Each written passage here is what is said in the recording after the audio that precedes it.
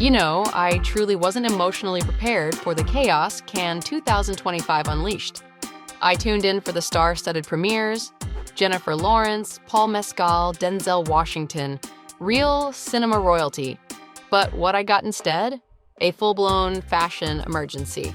And before we dive in, let's be clear, there were rules. Per the official site, nudity is prohibited on the red carpet or anywhere else at the festival for decency reasons. Also banned, voluminous outfits with large trains that block guest flow or complicate theater seating. And yes, they were very specific. Shoes had to be elegant, no sneakers. Now, with all that in place, you'd think people would follow the rules, right? Wrong. Some of these looks broke more codes than a Tom Cruise stunt sequence. So buckle up, fashion lovers. Here come the worst-dressed stars at Cannes 2025. And if you think I'm being harsh, hey, I don't make the rules. I just read the dress code. Tell me in the comments, do you agree with my picks, or did I commit a fashion faux pas? Halle Berry showed up looking like a half-unwrapped birthday present someone forgot to return. The Jacquemus black and white striped halter dress had a puffed-up skirt and a random pink ruffle popping out the back like a surprise party no one asked for. It gave Beetlejuice, but make it couture confusion. Honestly, Halle deserves better, and so do we. And then there was Heidi Klum, who clearly missed the email about no voluminous outfits. The Cannes red carpet rules were strict this year. No massive trains, no dress traffic jams. But Heidi rolled up in a pink ruffle explosion that looked like it got into a fight with a cotton candy machine and lost. Was it bold? Yes. Was it legal? According to Cannes, not really. Eva Longoria, our usually flawless red carpet queen, had a rare off day. Her gold and black Tamara Ralph gown looked like a last-minute loaner that didn't quite fit. The bodice was too roomy, the hem swallowed her feet, and the whole thing felt more try again later than opening night sleigh.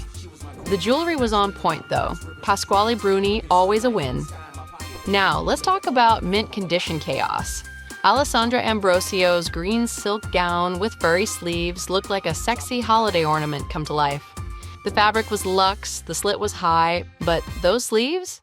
They belong on a Muppet. It's giving glamorous swamp queen, and not in a flattering way. Julia Garner went full gothic glam in a sheer black Gucci number that felt more funeral chic than red carpet. The wrinkled fabric, the moody makeup, the deadpan pose. We get it, you're intense. But at Cannes, we need drama with Polish, not just drama. Irina Shayk usually eats up a red carpet, but this time, she may have overordered. Her black polka dot gown came with exaggerated puff sleeves and a dramatic train. Again, dress code violation alert. It looked like a couture Halloween costume inspired by a haunted ballroom. Chic in theory, costumey in reality. Shanina Shaykh's look had potential, until it didn't.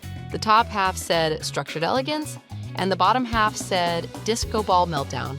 The weird waistline jutting out like armor and the bedazzled skirt created a silhouette that was less high fashion and more fashion high alert.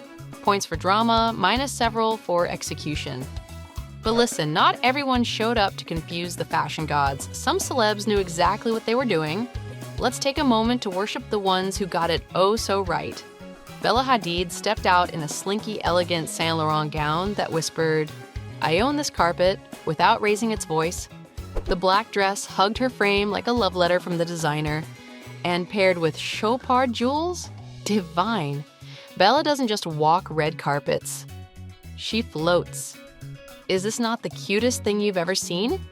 Quentin Tarantino and his wife Daniela Pick arrived fashionably late, posed like prom royalty, and giggled like they were on a first date.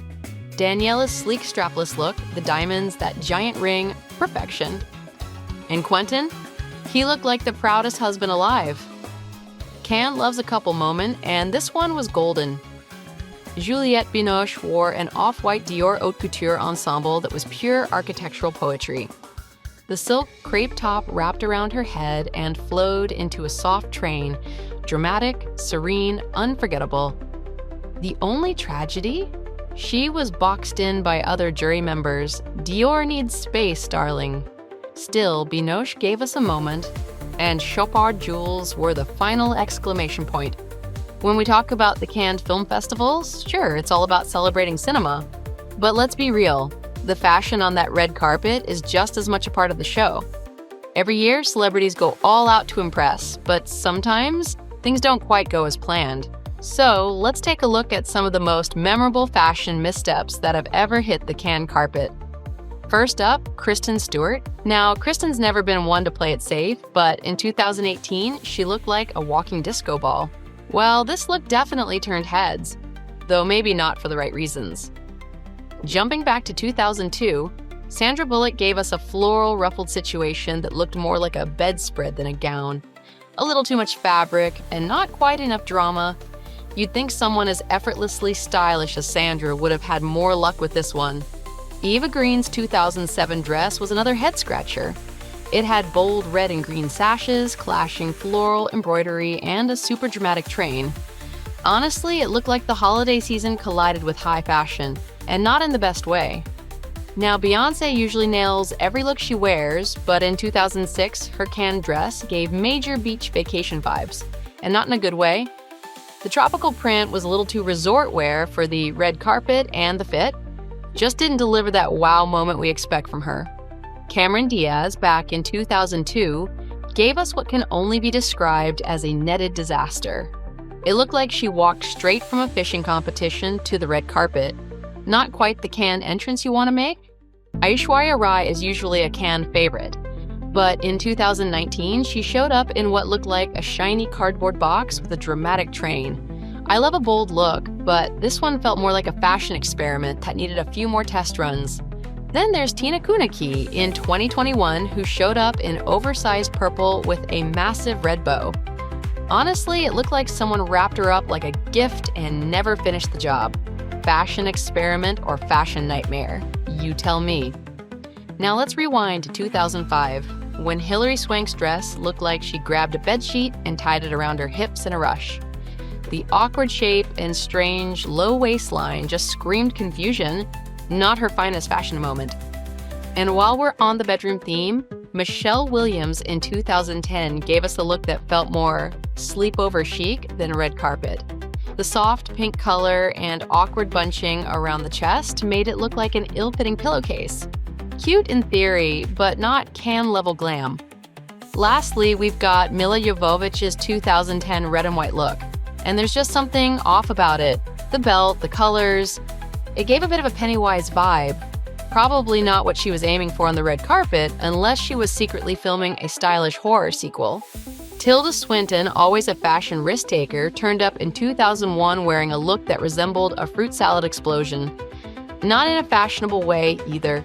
It gave off major art teacher at a garden party vibes rather than red carpet glamour. In 2011, Zoe Saldana stunned on the Cannes red carpet with a dress that looked like it had been stolen from a 1950s candy shop.